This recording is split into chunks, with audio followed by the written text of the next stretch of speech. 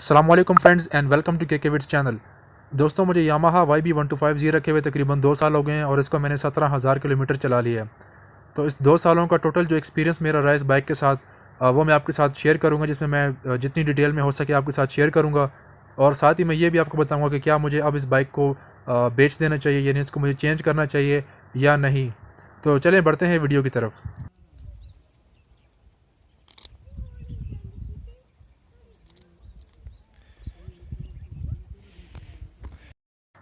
सबसे पहले बात करते हैं इसके ब्रेक शूज़ की।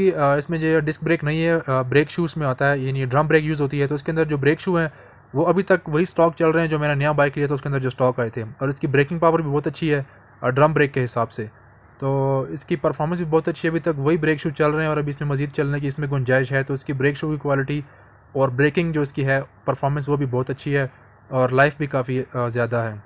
और साथ ही बात करें इसके रिम्स की, तो इसमें स्पोक रिम आते हैं और इसको मैंने शुरू में एक दफ़ा टाइट कराया था, एडजस्ट कराया था जब ये नया लिया था। उसके बाद से इसमें कोई मसला नहीं है, ना कभी ये डेंट हुआ है, ना इसमें कोई प्ले आया है। तो रिम वगैरह भी इसकी परफॉर्मेंस बहुत अच्छी है, बस एक दफ़ा मैंने अच्छे से एडजस्ट करवाए थे और वही अभी तक चल रहे हैं। इसकी परफॉर्मेंस राइट स्मूथ है अभी तक। इसके बाद अगर बात करें शॉक्स की, शॉक एब्जॉर्बर्स या सस्पेंशन की, तो सस्पेंशन इसके बहुत अच्छे परफॉर्म कर रहे हैं, अभी तक कोई मसला नहीं है, ना कोई लीकेज की है, ना कोई इसकी परफॉर्मेंस में कोई फ़र्क आया है। और इसके शॉक्स आपको जैसे पता भी होगा कई सारे लोगों को जिन्होंने ये चलाया यूज़ किया है, इसके शॉक्स CG125 और ये 125cc कैटेगरी में सबसे बेहतरीन शॉक्स हैं इसके, यानी आपको बहुत स्मूथ राइड परफॉर्म करते हैं, कंफर्टेबल। तो जो फ्रंट और रियर दोनों शॉक्स हैं बेहतरीन परफॉर्म कर रहे हैं। हाँ, इस पर थोड़े कवर होने चाहिए थे। इसके ऊपर ये सील लगी हुई डस्ट को रोकती है, इसका मेन मकसद ये होता है कि इसमें कोई अंदर डस्ट वगैरह ना जाए, लेकिन फिर भी इसके ऊपर अगर आप शॉक बूट्स लगा लें तो वो ज़्यादा बेहतर है। अगर ना भी लगाएं तो ये काफ़ी अर्सा चल जाएंगे, लेकिन वो ज़रा एडिशनल सेफ्टी हो जाएगी। तो शॉक्स एब्जॉर्बर अभी तक ज़बरदस्त काम कर रहे हैं, कोई मसला नहीं है। इससे ऊपर आ जाए तो उसकी हेडलाइट आ जाती है। हेडलाइट की परफॉर्मेंस भी इसकी जैसे शुरू में थी वैसे अभी तक परफॉर्म कर रही है, कोई इशू नहीं आया। हेलोजन बल्ब इसमें लगा होता है और इसका अच्छी बात है कि ये क्रिस्टल क्लियर है, यानी अभी तक ये बिल्कुल साफ़ है। वो नहीं है कि जिस तरह खासकर CD70 CG125 जो उसकी हेडलाइट आती है उसकी रोशनी भी कम होती है इससे, बल्कि बहुत कम है इससे। और दूसरा ये कि उस वो बड़ी जल्दी पीली पड़ जाती है। तो ये अभी तक बिल्कुल साफ़ है, डस्ट प्रूफ है। हालांकि उसको मैंने खोला भी है, लेकिन इसकी जो अगली ये जो पूरी एक हेडलाइट है इसके जो अंदर वो फिक्स होता है, बंद होता है, तो उसको खोलने की ज़रूरत नहीं पड़ती, ना वो इतनी जल्दी पीली पड़ती। तो अभी तक ये बिल्कुल क्रिस्टल क्लियर है, परफॉर्मेंस इसकी अच्छी है।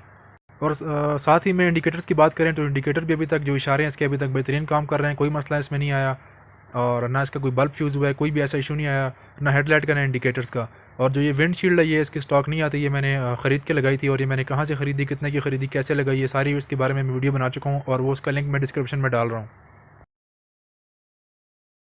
अब ये बात करें साइड मिरर्स की, तो साइड मिरर्स ये इसके अपने स्टॉक नहीं है, ये मैंने आफ्टर मार्केट लगाए हैं, मार्केट से ख़रीद के यानी बाद में लगाए थे। और इसके जो स्टॉक आते हैं वो बड़े अच्छे साइड मिरर्स हैं। व्यूइंग एंगल यानी उसका एंगल का जो व्यू जो उसका आता है वो बड़ा आता है और बाकी अच्छे हैं। लेकिन उसका मसला सिर्फ ये है कि उसमें एडजस्टमेंट कोई नहीं, यानी उसको अगर आप ज़ोर से हिट लग गई उस साइड मिरर्स को तो वो लूज़ हो जाते हैं और वो फिर अगर आप उसको टाइट करना चाहें तो नहीं कर सकते। अगर करेंगे भी तो आपको जो शीशा है वो पुश फिट होता है वो तोड़ना पड़ता है और अंदर टाइट करेंगे, लेकिन जब शीशा टूट जाए फिर फ़ायदा नहीं है।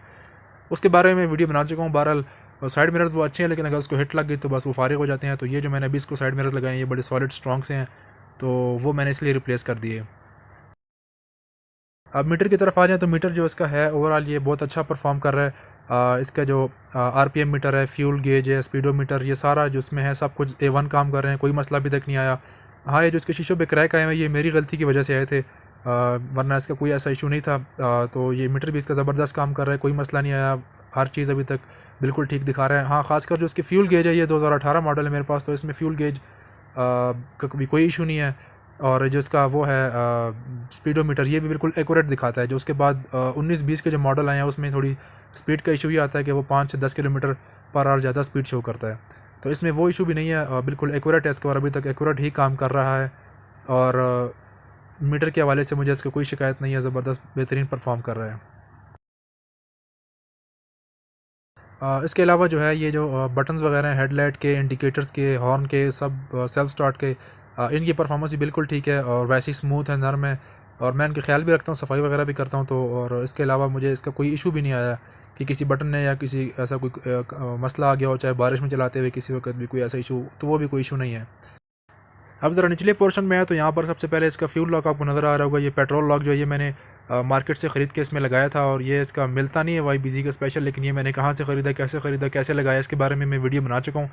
तो ये ज़रूरी है यहाँ पर। आपको पता है मैं नहीं लगा रहा था, लेकिन जब चोरी हो गई एक दफ़ा, पेट्रोल की नुकसान भी किया उसने, तो फिर मुझे ये लगाना पड़ गया। तो ये इसके बारे में मैं वीडियो इसकी जो उसका लिंक है डिस्क्रिप्शन में डाल रहा हूँ, ताकि आप भी लगा सकें, इसको यूज़ कर सकते हैं। और ये इसके मैंने बोल्ट वगैरह भी सॉलिड किस्म के लगा लिए, अच्छे किस्म के लगा दिए। अच्छा, दूसरा ये कि इंजन की तरफ आएँ तो इंजन की तरफ लोगों को बड़ी शिकायतें होती हैं कि यार ये इंजन के इसकी आवाज़ ऐसी है वैसी है। मुझे तो उसकी कोई इशू नहीं आया, शायद कुछ लोग वहम की वजह से भी ऐसा करते हैं। हाँ, थोड़ा सा टाइमिंग चेंज की एक दफ़ा साउंड आ रही थी, वो मैंने फिर उसका एडजस्ट कर दिया। टैपेट्स वगैरह वो मैं खुद ही एडजस्ट कर लेता हूँ, तो इंजन भी बिल्कुल स्मूथ चल रहा है। और इसके अलावा हॉर्न वगैरह की परफॉर्मेंस वो भी बिल्कुल ठीक है, कोई इशू नहीं है इसका। और इंजन का बस ये है कि मैंने जो टाइमिंग चेन एडजस्टमेंट है उसके बारे में वीडियो बना चुका हूँ। डिस्क्रिप्शन मैं दे दूँगा, डिस्क्रिप्शन में लिंक उसका दे दूँगा।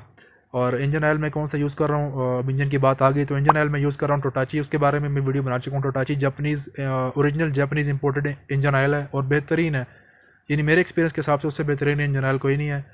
और वो मैं यूज़ करता हूँ, जिससे मेरी बाइक की परफॉर्मेंस माइलेज ज़बरदस्त रहती है। माइलेज की बात आ गई तो माइलेज मेरे बाइक अभी मुझे 50 किलोमीटर या उससे प्लस दे रहा है। ये मैं आपको अप्रॉक्सीमेट बता रहा हूँ, 50 से नीचे अभी तक नहीं दे रहा। वो ख़ासकर वो इंजन ऑयल यूज़ करने के बाद, टोटाची इंजन ऑयल यूज़ करने के बाद। अब अगर मैं इससे पहले यामा लूप यूज़ करता था तो वो थोड़े अरसे बाद जब नया डालो तो परफॉर्मेंस अच्छी होती थी, माइलेज बेहतर होती थी, लेकिन थोड़ी चलाने के बाद ही वो इंजन ऑयल ख़राब हो जाता था, तो उसकी वजह से इसकी परफॉर्मेंस गिर जाती थी और माइलेज भी कम हो जाती थी। तो इंजन के हवाले से भी अभी तक परफॉर्मेंस ज़बरदस्त है, कोई मुझे मसला नहीं आया। क्योंकि और दूसरा से ख्याल भी रखना पड़ता है वो इस तरह के आपको इंजन ऑयल अच्छा यूज़ करें, स्पार्क प्लग की क्लीनिंग करते रहें, क्लच का जो प्ले है वो एडजस्ट करके रखें, तो आपकी क्लच प्लेट्स और ये चीज़ें जल्दी ख़राब नहीं होगी, ना इंजन कोई मसला देगा। अब बात करें इसके साइड कवर्स की और ये जो इसके पीछे टेल है इसकी, तो पेंट क्वालिटी इसकी बहुत अच्छी है। अभी भी इसका पेंट बिल्कुल वैसा ही है, और अभी भी इस बाइक को साफ़ करूँ तो बिल्कुल नया जैसा निकल आता है। और जहाँ तक इसकी टेल की बात है तो टेल भी अभी तक इसकी बेहतरीन परफॉर्म कर रही है, कलर वगैरह की सब कुछ अच्छा है इसका। दूसरा, जिस तरह जो प्राइडर बाइक है होंडा का 100cc प्राइडर, उसकी टेल बड़ी जल्दी खड़क जाती है, यानी झटके खा के बाइक के थोड़ा चलाने के बाद वो लूज़ हो जाती है, लेकिन इसमें ऐसा कोई इशू नहीं है। अभी तक बिल्कुल A1 चल रही है और इस तरह कोई इशू नहीं आया। और अभी तक इसकी पेंट क्वालिटी वो सब इतनी अच्छी है कि बाइक साफ़ करो तो बिल्कुल नया जैसे चमकने लग जाता है।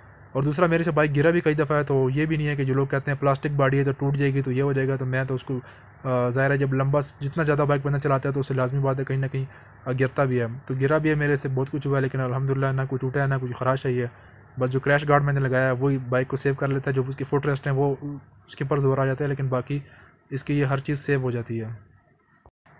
अब इस थोड़ा नीचे हो जाए तो इसकी तरफ ये चेन की बात करते हैं, तो चेन कवर मुझे इसका बड़ा पसंद है, हार्ड प्लास्टिक में। और इसकी मुझे एक चीज़ बहुत अच्छी लगती है क्योंकि एक तो इसको जंग नहीं लगता, दूसरा इसका जंग की वजह से वो रंग शंग उतरने वाली वो भी कोई बात नहीं होती, और बड़ा सॉलिड किस्म का ये लगा होता है। यानी ये नहीं है इसमें कि ये जिस तरह मैंने पहले 70 और 125 रखा उसका मतलब मेटल का होता है, तो वो थोड़ा सा भी एडजस्टमेंट उसकी गलत हो जाए तो वो चेन के साथ लगने लग जाता है और बड़ी गंदी सी आवाज़ निकालता है। तो इसका जो चेन कवर उन्होंने ऐसे लगाया है कि वो जब आप इसको लगाएंगे टाइट करके तो वो अपनी जगह पर बिल्कुल सॉलिड फिक्स हो जाएगा एक जगह पे। दूसरा, जब इसका चेन लूज़ होता है तो उसकी बड़ी नॉर्मल सी आवाज़ निकालता है, ना कि वो मेटल की तरह वो ठंग ठंग शुरू कर दे कि बंदे का दिमाग ख़राब हो जाए। बस आपको सिर्फ इतनी इंडिकेशन मिलती है भी आपका चेन लूज़ है और वो आप टाइट कर लें, और वो ज़ाहिर वक्त के साथ साथ चलाने के साथ लूज़ होता है और वो मैं इसको टाइट करता रहता हूँ। तो उसको मैं टाइट करता रहता हूँ। बाकी चेन का भी कोई इशू नहीं आया, चेन गिरारी वगैरह वो भी तक बिल्कुल सही काम करी, ना कोई चेन का टूटने का कोई ख़तरा होता है। बस मैं इसको टाइम के साथ साथ ग्रीसिंग वगैरह और इसको ऑयल देते रहता हूँ, लुब्रिकेट करता रहता हूँ चेन को कि उसकी लाइफ और परफॉर्मेंस बेहतरीन रहे। तो ओवरऑल मुझे इसके भी काफ़ी अच्छा लगता है, परफॉर्मेंस के लिहाज से इसकी ये चीज़ बड़ी अच्छी है। और मेटल का अगर होता तो उससे वो बड़ा तंग करता है, तो ये इसके हार्ड प्लास्टिक में और ख़ूबसूरत भी लगता है और परफॉर्मेंस के लिहाज से भी कवरिंग के लिहाज से भी बहुत अच्छा है।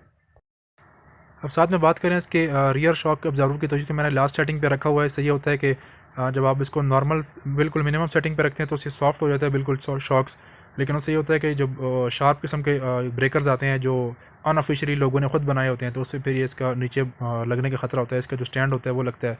तो फिर मैंने इसको सेटिंग पे किया हुआ तो वो मसला भी काफ़ी हद तक इसमें सॉल्व हो जाता है। फिर भी इस सेटिंग में ये है कि इस सेटिंग में रखते हुए भी अगर आप पीछे 3 बंदे बैठे हों और कोई बहुत शार्प किस्म का जो हमारे लोगों ने ख़ुद ही बना देते हैं अपनी साइंस से ऊंचा छोटा और ऊंचा किस्म का, तो उससे फिर ये नीचे लग जाता है। मोटरसाइकिल अगर 3 बंदे बैठे हों ज़ाहिर है वो शॉक प्रेस होता है तो नीचे टच कर जाता है। लेकिन अगर उस तरह के अगर आप सिटी में नॉर्मल शॉक एब्जॉर्बर्स हैं, इस तरह के थोड़े खड्डे शड्डे हैं, उसमें बिल्कुल कोई मसला नहीं होता इस सेटिंग पर रख के बाइक को। अब बात करते हैं कैरियर की, तो ये इसका स्टॉक नहीं आता, ये मैंने मार्केट से लगाया। आफ्टर मार्केट इसमें सिर्फ वो ग्रैब ग्रिल जो होती है वो आई होती है, लेकिन ये कैरियर लगाना ज़रूरी है, तो ये मैंने इसको मार्केट से ख़रीद के लगा दिया था, और वो भी काफ़ी सॉलिड किस्म का है। बाकी पिछला मड गार्ड है वो भी बेहतरीन परफॉर्म कर रहा है, कोई इसका इशू नहीं आया। अगर से कोई हिट लगी भी तो इसमें लचक होती है, तो ये को बर्दाश्त कर लेते हैं।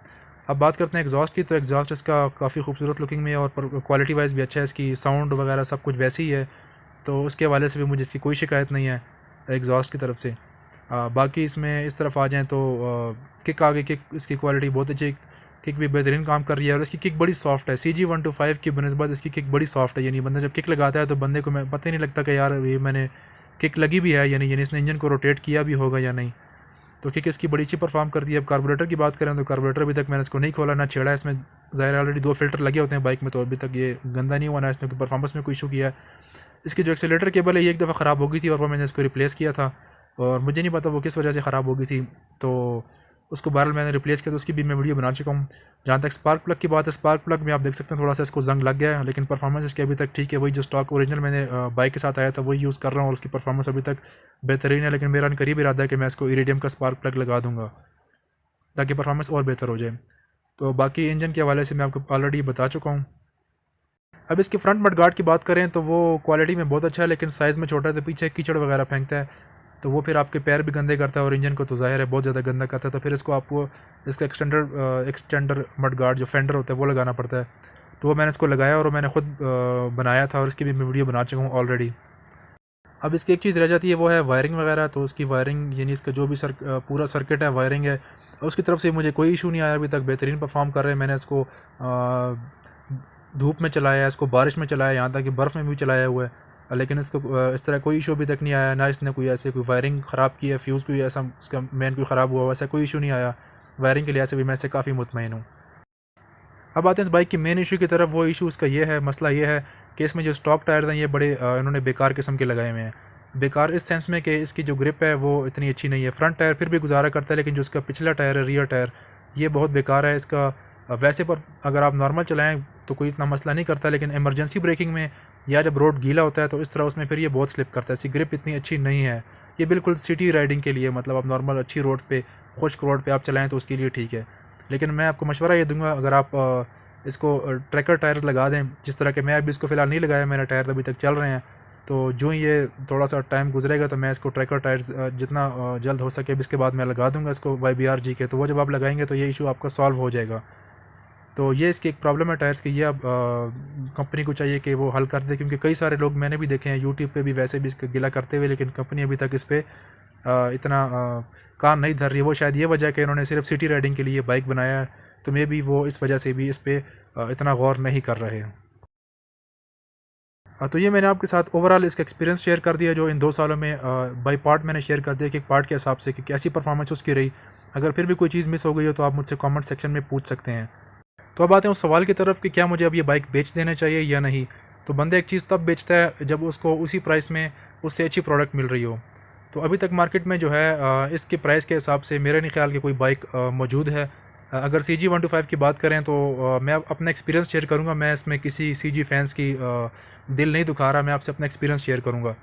तो अब इस बाइक को चलाने के बाद मुझे कभी कभार जब CG125 पे बैठने का मौका मिलता है तो मुझे ऐसा लगता है जैसे मैं किसी जनरेटर पे बैठी हूँ, यानी इतनी ज़्यादा वाइब्रेशन और उसका वो बॉडी पोस्चर उसके ऊपर बैठ के, तो वो ओवरऑल मुझे बड़ा अजीब सा लगता है कि यार ये अब कैसा बाइक है। हालांकि किसी दौर में वो चलाया था, लेकिन थैंक्स टू यामाहा के इन्होंने इतने अच्छे बाइक्स निकाले जो वाकई इंटरनेशनल स्टैंडर्ड के ऊपर बैठ के आपको मज़ा आता है बाइक चलाने का कि यार बाइक होती क्या चीज़ है। एनीवे तो अभी इसके कंपटीटर अगर देखें तो CG125 सिंपल है, स्पेशल एडिशन है, और 125 जो CB125 है, CB125F होंडा का, तो ये अवेलेबल है मार्केट में। लेकिन मुझे इसके मुकाबले के वो अभी भी नहीं लगते, क्योंकि वो भी मैंने चला के देखे हैं।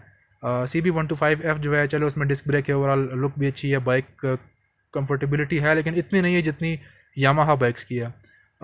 होंडा CG125 की तो मैं बात ही नहीं करता, वो तो बिल्कुल ही दूर की इसके मुकाबले का है ही नहीं। अगर CB125F की बात करें तो वो अगर उसके ऊपर आप बैठते हैं तो ऐसा लगता है आप ऊपर होके बैठे हैं, उसके भी मतलब इतनी कंफर्टेबिलिटी नहीं है जितनी इस बाइक की है। इस बाइक पे आप बैठते हैं तो आप बिल्कुल बाइक की तरह से अंदर होके बैठते हैं, और इसमें वाइब्रेशन बहुत कम है बनिस्बत CG125 या CB125F से।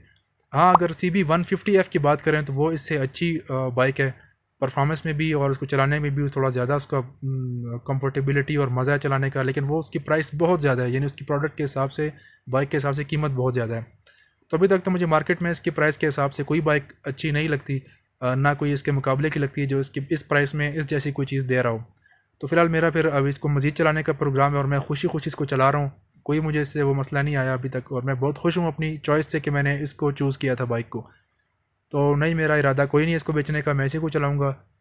और मेरा मशवरा ये है कि अगर आप बाइक ख़रीदना चाहते हैं, अगर आप मुझसे मशवरा करना चाहें तो मैं आपको रिकमेंड यही करूँगा कि आप यामाहा के बाइक्स को चूज़ करें इस प्राइस टैग में फ़िलहाल अभी तक की मार्केट में। तो दोस्तों, मैंने जो टाइम आपको कंज्यूम किया इसमें मैंने कोशिश ये की कि मैं डिटेल में हर पार्ट, हर चीज़ के बारे में आपको बता सकूँ, अपना एक्सपीरियंस शेयर कर सकूँ। अगर फिर भी कोई चीज़ रह गई हो तो आप मुझसे कमेंट सेक्शन में पूछ सकते हैं। अगर वीडियो अच्छी लगी हो तो प्लीज़ वीडियो को लाइक कर दीजिएगा, के विड्स चैनल को सब्सक्राइब कीजिए और बेल आइकन की घंटी भी प्रेस कर के मेरी हर नई वीडियो आप सबसे पहले देख सकें। अपना बहुत ख्याल रखिएगा। अल्लाह हाफ़िज़।